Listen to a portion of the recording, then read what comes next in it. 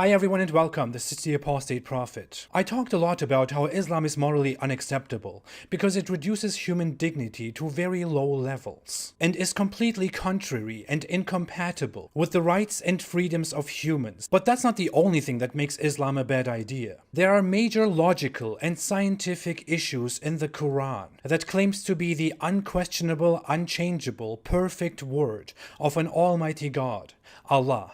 When you are a Muslim, as I used to be, you learn that Islam is perfect and that the Quran is superior to everything. Any idea, any observation, any evidence. Therefore, when the Quran contradicts obviously with something very clear that we observe, people who believe in this religion go on and either reject commonly accepted evidence, or they suddenly change their interpretations of the Quran and imply that the Quran knew all of these newfound facts 1,400 years ago. And somehow Allah gave the infidels the chance to discover all of these things. Let me go on and show you a lot of things that are either completely false or just weird in the Quran. Muslims pass around this one thing so often, that Allah created every living thing in pairs. And I also want to combine this with my second point, that every living thing, every animal, anything that lives, creates communities. We know by now in the 21st century that that is absolutely not true. There are enough living beings, enough animals that don't come in pairs, and that also don't live in societies. Many animals completely reproduce by themselves. So the Quran is wrong here. But how would the author of the Quran know that? The author of the Quran also says that humans were created from dust or from clay. We still have to find out scientifically that such a thing happened somewhere in our history. It didn't. But let's come back to animals. It's quite interesting. The Quran claims, for example, that animals that produce milk are a miracle from Allah. And it goes on and describes how milk is available from the bellies of those animals, created between blood and feces. That's scientifically wrong. That doesn't happen between feces and blood. But that's not the only thing. The Quran also claims in the same verse that milk is completely pure and agreeable to humans to drink. But pure milk that comes out of a cow, for example, is infected with bacteria. It's not healthy for everyone to drink that milk directly. And many people have a natural intolerance against milk. Many people. But that's okay, since the author of the Quran also says that horses were created for transportation, for humans. Horses were domesticated over a very long time. Before that, they were just wild animals, just like so many other wild animals that are like horses and run around in nature. The Quran also says that there are 8 types of cattle. 8 means male and female of each, which means that there are 4 types of cattle. And it counts them. Look how it counts them. Well, there are so many others. Apparently, Allah's knowledge of animals was limited to Arabia. I guess Muhammad also believed that lightning is a punishment from up above, from Allah, to smite humans. Huh? But hey, who are we to question? Allah is the one who makes us ships and who makes them sail on the sea. The Quran is also quite knowledgeable about stars, and it says that stars could fall down on us. Down where exactly? Stars are very far objects that are not just small like that. Where exactly do they fall? Do they all coincidentally fall all together from such a distance on Earth? Because that's down, our ground is down. Well, yes, the Quran wasn't really able to tell much about stars. The Quran also calls stars little objects, little adornment. They are just hanging above there just to make everything look beautiful. The stars are also described as being in the lowest, the nearest heaven, right above us. They are right here. This is apparently what the author of the Quran thought stars look like. And yeah, stars are also missiles thrown at devils. The moon also split in 2, and can split in 2 in future, which is quite weird. Just imagine the earth splitting in 2 from the middle. But the author of the Quran was also quite ignorant about the moon, because it says multiple times that the moon is a light. The moon is not a light. The moon just reflects light coming from the sun. We learned about this not only by looking at the sky, we can also confirm this by going out in outer space and seeing these objects directly, which Allah apparently thought was never possible. Well, People who didn't believe in Allah made this possible. Allah wasn't able to participate in space travel, which is why he thought that the sun and the moon are in an orbit, following each other and can never reach each other. The sun is moving above the earth. Did you know that the sun has a resting place where it goes and stops? The sun really needs that. And the sun has also a rising place, and a place where it eventually goes into a muddy spring. Apparently, Allah didn't really understand the connection between the sun and shadows, or between light and shadows, because shadows are apparently controlled by Allah, and He can make them longer and shorter. And the sun and the moon will one day join together. They will come together. Can you even imagine that? All of this doesn't have to sound very new. The Quran also seems to adopt very old mythological beliefs about 7 heavens and 7 earths. There is no such thing.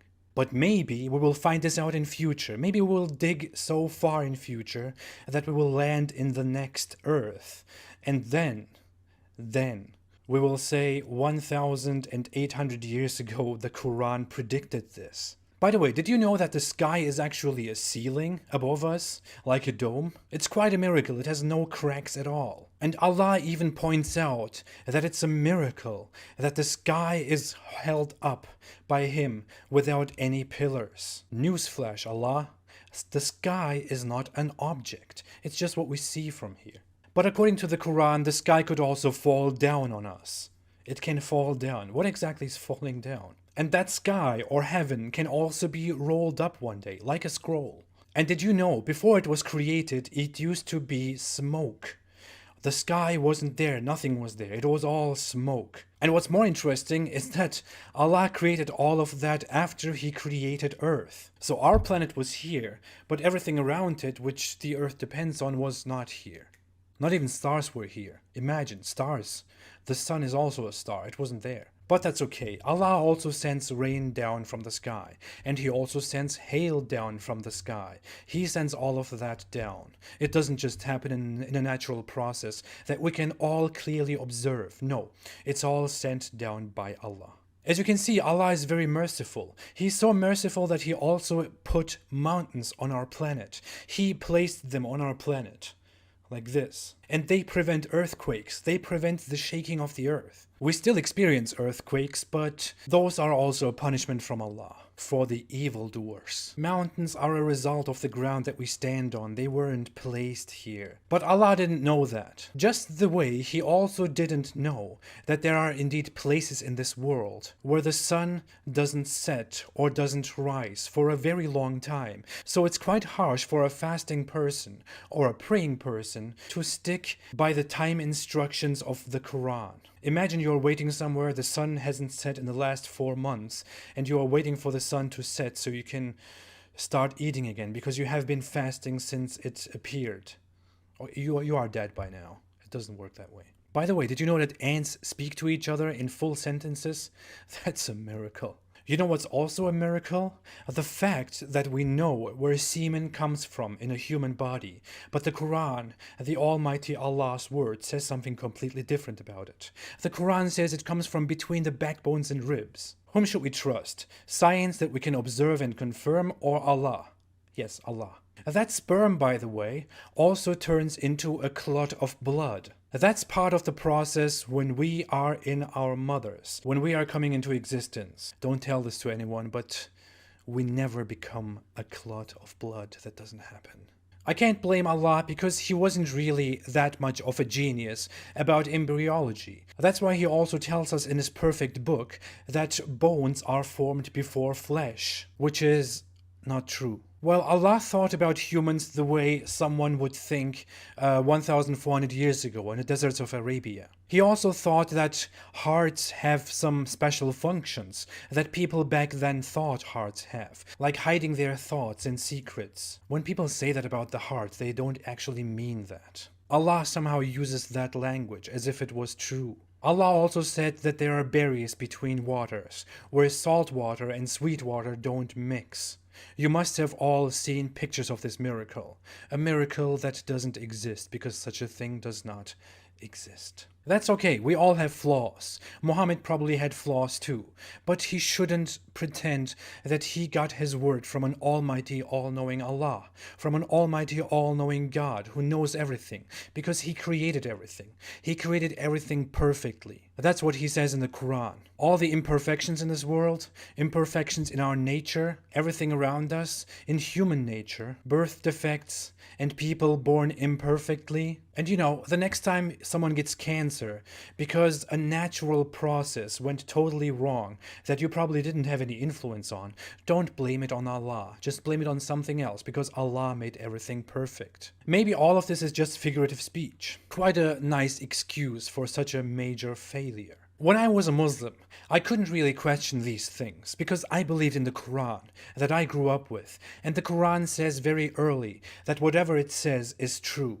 But after a long time of suppressing and insulting my intelligence, I dared to question, as everyone should. And now I know that the Quran is only the result of 7th century knowledge and fantasies in Arabia. Thanks for watching. If you like this video, please don't forget to like, to subscribe, and to share. If you want to support me and my cause, you can support me on Patreon. The link is below in the description, or you can also support me on PayPal. Thank you all so much for all kinds of support. I'll see you again soon in another episode. Have a great day and stay away from Islam.